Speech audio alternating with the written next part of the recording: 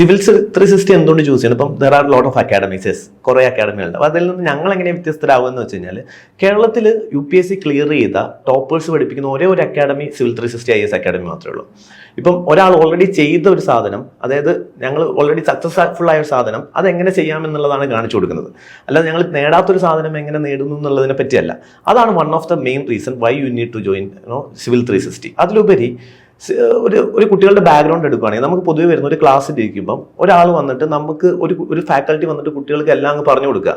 ഇതിൽ ചില കുട്ടികൾക്ക് എക്കണോമിക്സ് ഡിഫിക്കൽട്ട് ആയിരിക്കും, ചില കുട്ടികൾക്ക് പൊളിറ്റി ആയിരിക്കും ഡിഫിക്കൽട്ട്, ചില കുട്ടികൾക്ക് അങ്ങനെ നല്ലോണം പഠിക്കുന്ന കുട്ടികളുണ്ടാവും, വളരെ 50% പാസിംഗ് മാർക്കോട് കൂടിയിട്ട് പാസ്സാവുന്ന കുട്ടികളുണ്ടാവും. ഇവർക്ക് എല്ലാവർക്കും കൂടി ഒരേ രീതിയിലുള്ള കോച്ചിങ് കൊടുത്തിട്ട് നമ്മൾ അവരോട് പഠിക്കണം എന്ന് പറയുന്നത് മീനിനോട് മുയലിനെടുത്ത് ഓട്ട മത്സരം കയറണം, അല്ലെ മരം കയറണം എന്ന് പറയുന്നതിന് തുല്യമാണ്. അപ്പോൾ വ്യത്യസ്തമായ കുട്ടികൾക്ക് വ്യത്യസ്തമായ കഴിവുകളാണുള്ളത്. അപ്പോൾ അവരുടെ സ്ട്രെങ്ത് ആൻഡ് വീക്ക്നെസ് നമ്മൾ ഐഡന്റിഫൈ ചെയ്തിട്ട് അതിനനുസരിച്ചാണ്